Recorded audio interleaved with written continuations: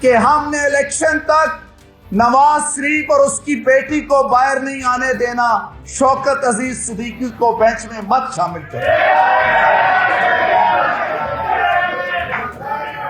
اور میرے chief justice نے کہا جس بینچ سے آپ ایزی ہیں ہم وہ بنا دیں۔ فیض آباد دھرنے سے متعلق ایک فیصلے میں جب موجودہ چیف جسٹس آف پاکستان قاضی عیسیٰ فائز نے اس کیس میں ملوث چند فوجی افسران کو پوائنٹ آؤٹ کیا اور ان کے خلاف ڈپارٹمنٹل انکوائری کا حکم دیا، لیکن کچھ ہی عرصہ بعد قاضی عیسیٰ فائز خود کو ایک صدارتی ریفرنس کا سامنا کرنا پڑا، اور یہ صدارتی ریفرنس پی ٹی آئی کے دور حکومت میں صدر عارف علوی نے دائر کیا تھا، اور جس کو قاضی عیسیٰ فائز نے بڑی ہی گریسفلی فیس کیا۔ اب جو موجودہ 6 سٹنگ ججز نے آئی ایس آئی پر الزامات لگائے ہیں، کیا ان کے خلاف انکوائری ہوگی؟ یہ بہت بڑا سوالیہ نشان ہے دوستو، لیکن اس سے بھی بڑا سوالیہ نشان یہ ہے کہ ججز انکوائری کمیشن کے سامنے اپنے الزامات کو پروف کر پائیں گے؟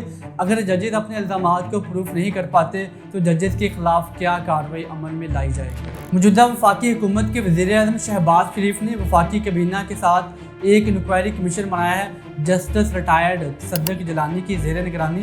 یہ کمیشن 60 دن کے اندر تحقیقات کر کے رپورٹ پیش کرے گا کہ یہ الزامات میں کتنی صداقت ہے اور کتنی سچائی ہے۔ اگر یہ الزامات درست ثابت ہوتے ہیں تو یہ کمیشن کارروائی کی سفارشات بھی کرے گا اور کیسے اس مداخلت کو ختم کیا جا سکتا ہے، اس کے حوالے سے بھی یہ انکوائری کمیشن اپنی سفارشات پیش کرے گا۔ اگر اس لیٹر کو پوائنٹ بائی پوائنٹ انفولڈ کریں تو یہ سچ میں آپ کے ہوش اڑا دے گا۔ اس لیٹر کو پڑھنے کے بعد ہم اپنے معزز ججز اور عدالت عظمیٰ کے سامنے چند سوالات رکھیں گے کہ صرف لیٹر لکھنے کے بعد سارا کا سارا ملبہ ہم سیکورٹی ایجنسیز اور فوج پر ڈال سکتے ہیں؟ آئی ہوپ آپ یہ ویڈیو اینڈ تک ضرور دیکھیں گے۔ لیٹر کے سب سے پہلے پوائنٹ پر یہ 6 ججز لکھتے ہیں کہ سپریم جوڈیشل کونسل کی رہنمائی چاہتے ہیں کہ جب ہمیں انٹرمیڈیٹ کیا جاتا ہے انٹیلیجنس ایجنسیز کی طرف سے، انٹیلیجنس ایجنسیز کے نمائندے ہمارے ڈیوٹیز میں انٹروین کرتے ہیں، ایسے معاملات کو ہم کیسے رپورٹ کریں یا پھر رسپونڈ کریں؟ دوستو، ججز کے سب سے پہلا پوائنٹ بہت معصومانہ ہے، یا ان کو یہ لگتا ہے کہ یہ پہلی دفعہ ہو رہا ہے۔ 76 سالہ تاریخ میں یہ مداخلت ہوتی رہی ہے، لیکن آج ججز کو کیوں یاد آیا کہ ہم نے یہ لیٹر لکھنا ہے؟ اس لیٹر کا دوسرا پوائنٹ بھی بہت انٹرسٹنگ ہے۔ ججز یہ لکھتے ہیں کہ اس معاملے کا آغاز جسٹس شوکت عزیز صدیقی کے کیس کے بعد ہوا۔ جسٹس شوکت عزیز صدیقی 2018 میں اسلام آباد ہائی کورٹ میں سرو کر رہے تھے، جب انہوں نے پبلکلی ایک وکلاء کے پروگرام میں ڈکلیئر کیا تھا کہ آئی ایس آئی اور اسپیشلی جنرل فیض حمید اور جنرل قمر جاوید باجوہ اسلام آباد ہائی کورٹ کے بینچ فارمیشن میں اپنا رول پلے کرتے ہیں، ان بینچ فارمیشن میں انفلوئنس رکھتے ہیں، بلکہ کورٹ کے فیصلوں پر بھی اثر انداز ہوتے ہیں۔ اس ٹائم پی ٹی آئی کی گورنمنٹ تھی اور وزراء نے، اسپوکس پرسن نے، اور انہیں سوشل میڈیا پر بہت زیادہ ٹرول کیا اور دباؤ ڈالا گیا، اور پھر انہیں فائنلی سروس سے ریموو بھی کر دیا گیا۔ اور پھر اسی سال مارچ 2024 میں جسٹس شوکت عزیز تمام الزامات سے بری ہو کر سرخرو ہو جاتے ہیں، اور یہ بات ذہن میں رکھنی چاہیے کہ ان ججز کو 5 سال کے بعد یاد آیا کہ جسٹس شوکت عزیز صدیقی نے وہ سپیچ کی تھی۔ اس ٹائم کوئی بھی جج جسٹس شوکت عزیز صدیقی کے ساتھ کھڑا نہیں ہوا۔ اب یہ بہت بڑا سوال ہے، یہ ٹائمنگ بہت زیادہ عام ہے کہ اس ٹائم آ کر ان 6 ججز کا ضمیر کیوں جاگا ہے۔ نمبر 4 پر یہ لکھتے ہیں کہ جسٹس شوکت عزیز صدیقی کی ریپوٹیشن تو ریسٹور ہو گئی ہے، لیکن اس وقت کے آئی ایس آئی کے چیف اور آپریٹو جو تھے، جو کورٹس کے معاملات میں انٹرفیئر کر رہے تھے، ان کے معاملے کو اوپن چھوڑ دیا گیا ہے۔ ان کی اکاؤنٹیبلٹی کیسے کی جائے گی تاکہ ایسی چیزوں کو دوبارہ روکا جا سکے؟ اور جو موجودہ انکوائری کمیشن بنایا گیا ہے، اس میں جو ٹی آر اوز طے کیے گئے ہیں، اس میں یہ بھی لکھا گیا ہے کہ یہ بھی سفارشات کرنا پڑیں گی 60 دنوں کے اندر کہ ان ایجنسیز کی مداخلت کو کورٹس کے معاملات میں کیسے روکا جا سکتا ہے۔ نمبر 5 پر وہ لکھتے ہیں کہ اس بات پر بھی انویسٹیگیشن ہونی چاہیے کہ جوڈیشل پروسیڈنگز اور کورٹس کے جو معاملات ہیں، ایڈمنسٹریشن کے معاملات ہیں، کیا اس میں آج بھی انٹیلیجنس کے عہدیدار انفلوئنس رکھتے ہیں؟ کیا آج بھی ججز کو تھریٹ کیا جا رہا ہے؟ نمبر 6 پر یہ ججز لکھتے ہیں کہ اس بات کی بھی انکوائری ہونی چاہیے، کیا ایگزیکٹو کی گورنمنٹ کی یہ کنسسٹنٹ پالیسی ہے کہ اس نے انٹیلیجنس ایجنسیز کے تھرو کورٹس کے معاملات میں مداخلت کرنی ہوتی ہے، کہ یہ گورنمنٹ کی پالیسی ہے کہ وہ انٹیلیجنس ایجنسیز کو انفلوئنس کر کے اپنی مرضی کے فیصلے کرواتے ہیں۔ اور نیکسٹ پوائنٹ میں عمران خان کے ایک کیس کا حوالہ دیا جاتا ہے۔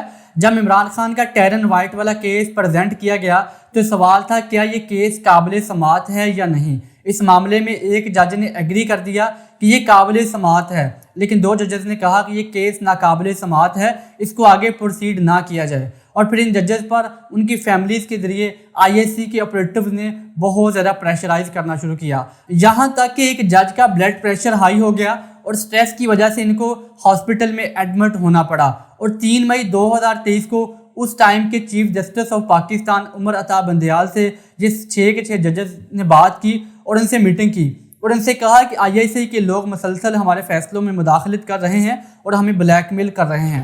انہوں نے کہا کہ میں نے DG IIC سے بات کر لی ہے، آئندہ ایسا نہیں ہوگا۔ اٹس ٹو مچ فنی کہ پاکستان کے اعلیٰ عہدوں پر بیٹھے ہوئے لوگ کس طرح معاملات کو ہینڈل کر رہے ہیں۔ اس time chief justice of Pakistan کو چاہیے تھا کہ ذمہ داروں کو کٹہرے میں لاتے، انکوائری کرتے اور یہ پوچھتے کہ کیوں کورٹس کے معاملات میں مداخلت ہو رہی ہے، یا کوئی اس کے حوالے سے بڑا ایکشن لیا جاتا تو یہ مداخلت رک سکتی تھی۔ لیکن چیف جسٹس آف پاکستان نے کہا کہ میں نے DG IIC کو فون کر کے کہہ دیا ہے، آپ پریشان نہ ہوں، ریلیکس رہیں اور گھروں کو چلے جائیں، آئندہ آپ کو اس طرح کی کوئی پریشانی نہیں ہوگی۔ آگے وہ لکھتے ہیں کہ اسلام آباد ہائی کورٹ کے ایک جج کے بہنوئی کو مئی 2023 میں اغوا کر لیا گیا اور 24 گھنٹے اپنی کسٹڈی میں رکھا گیا۔ اس نے واپس آ کر بتایا کہ انہیں IIC کے آپریٹیوز نے اٹھایا تھا اور اس دوران انہیں الیکٹرک شاکس بھی لگائے گئے اور ایک اپنی مرضی کا ویڈیو بیان بھی ریکارڈ کروایا گیا۔ اس خط میں اگر آگے جائیں تو مزید ڈیٹیلز میں وہ لکھتے ہیں کہ اسلام آباد ہائی کورٹ کے ایک جج کے سرکاری گھر میں ایک مرمت کا کام چل رہا تھا۔ سرکاری گھر میں جب مرمت کا کام چل رہا تھا تو اس دوران انہوں نے ایک لائٹ اتاری تو کیا دیکھتے ہیں کہ اس لائٹ بلب کے اندر ایک کیمرہ لگا ہوا ہے اور اس کے ساتھ ایک سم کارڈ بھی اٹیچ ہے جو ڈائریکٹلی ڈیٹا کسی جگہ ٹرانسفر کر رہا تھا۔ اور اس کے ساتھ ساتھ جب جج صاحب کا ماسٹر بیڈ روم چیک کیا گیا تو وہاں پر بھی خفیہ ویڈیوز ریکارڈ ہو رہی تھیں۔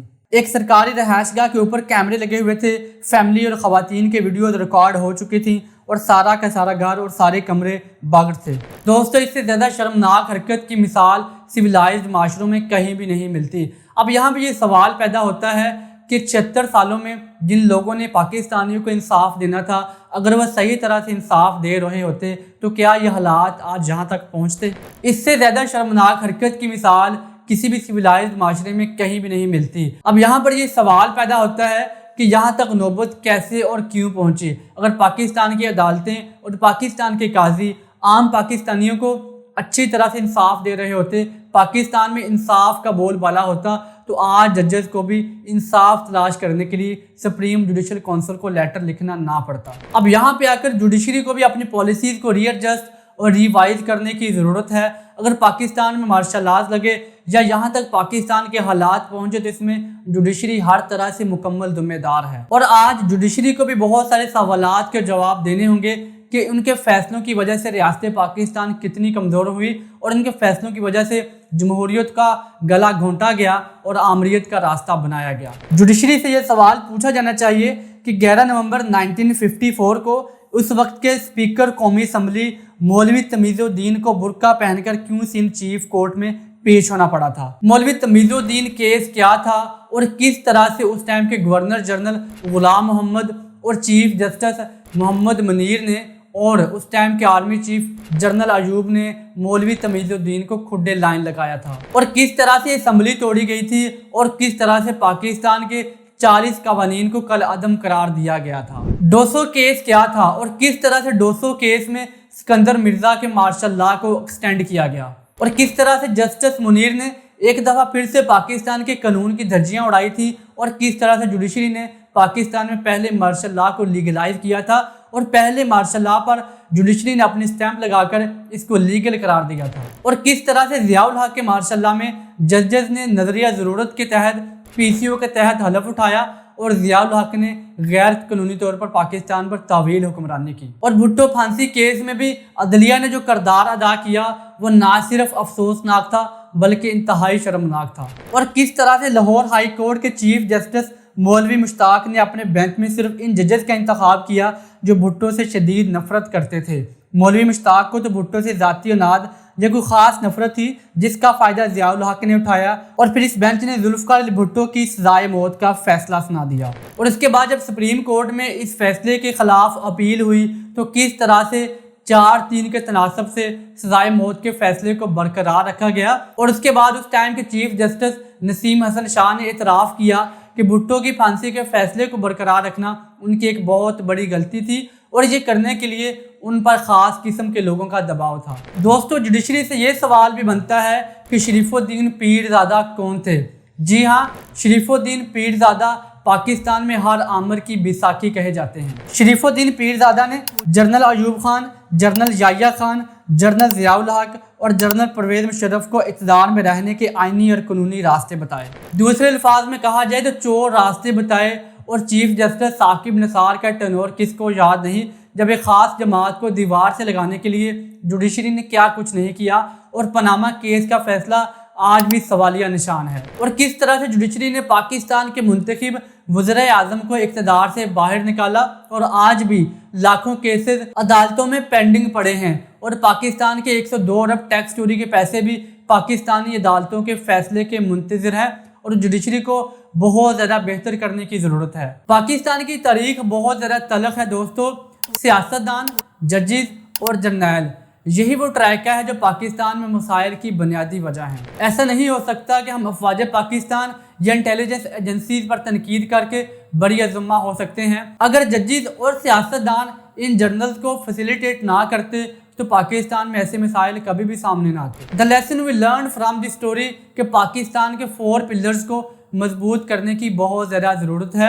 نمبر 1 پہ پلر آتا ہے ایگزیکٹو، نمبر 2 پہ آتا ہے جوڈیشری، اور نمبر 3 پہ آتا ہے پاکستان کی اسٹیبلشمنٹ، اور نمبر 4 پہ آتا ہے پاکستان کا میڈیا۔